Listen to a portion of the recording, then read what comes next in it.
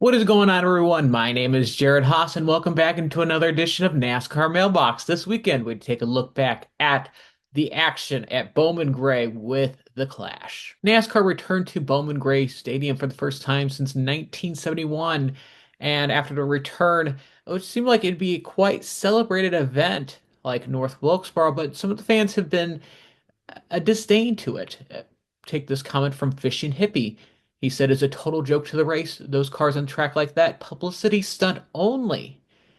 And it's interesting that this event, trying to celebrate the history of NASCAR and grassroots racing, has been, viewed as more of a negative light.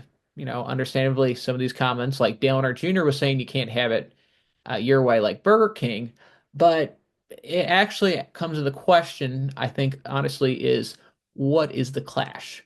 Because you had at the beginning with starting with the pole winners, and they did that event for a while to build up the excitement for Daytona 500. Had these select drivers race 20 laps, and then it evolved over to this, shootout type of thing.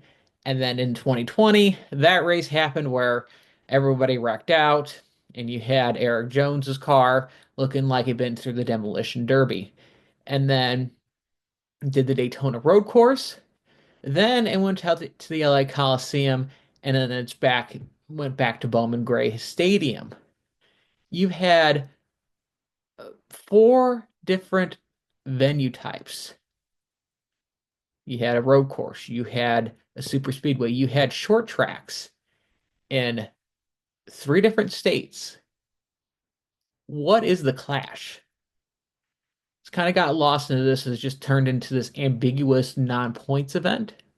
And understandably, a lot of drivers were pretty happy that NASCAR was able to invest into a facility like Bowman Gray Stadium, which has a strong presence of grassroots racing, which is much needed in the motorsports industry. You have to start somewhere with the grassroots, which should be viewed overall as good NASCAR.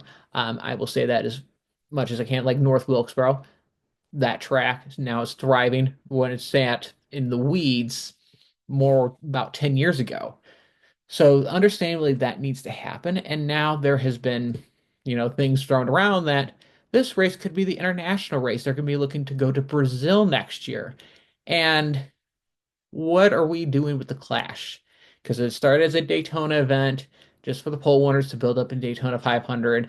Then it went to this road course. Now we're going to go tap into the market of the LA Coliseum since the uncertainty of Auto Club Speedway, that not having a race date in 2020, trying to cater to our West Coast fans out there as well. And the Clash has just become this event where it is what it is. But from my perspective, this race overall, I mean, it had a lot of excitement beating and banging in the last chance qualifier. Kind of got doled out during the race, especially those last 100 laps, which I get it. This next gen car has not performed well at these short tracks. If this was a like Martinsville a couple years ago when it was William Byron, remember that was a really cold night? There was no action at all. We at least saw action, people using bumpers, people getting a little bit upset. We see Ty Gibbs getting some air.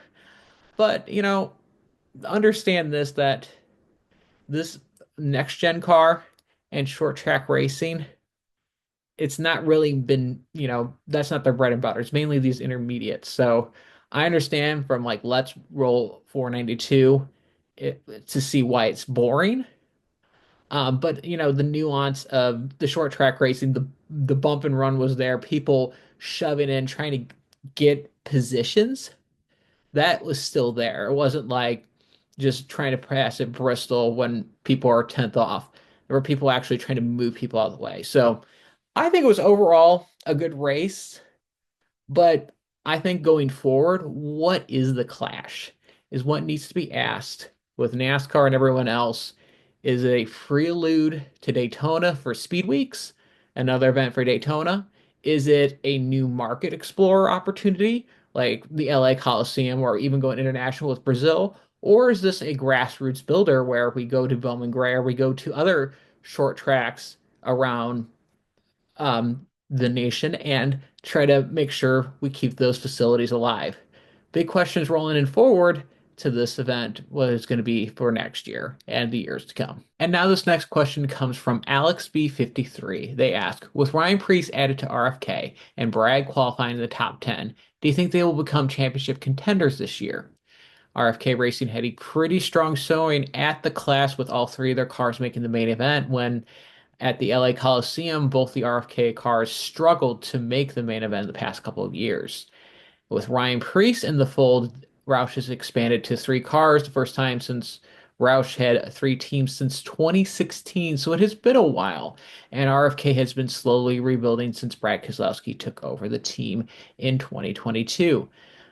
It is part of the vision, obviously, to expand and to be a championship contender team for Brad. And he's trying to put all those right people in the right place. And I think Ryan Preece will probably perform similarly to Austin Cindric.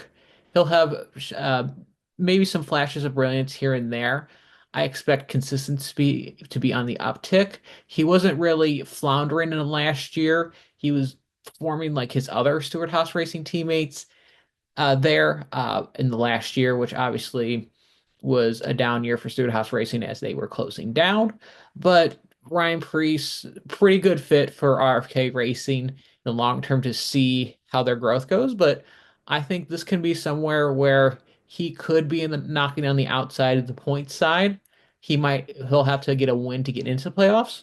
But I think, a reasonable goal for Ryan Preece is to get into the top 20 in points. I don't know if a one's going to be in the card this year. He may, you know, don't count out the super speedway races where RFK Racing has really succeeded, and adding a third team card to the situation definitely is a strength in numbers type of thing. So I think this is going to be another step forward for RFK Racing. I don't expect him to be going, bam, we're going to have three RFK Racing cars going into the round of eight.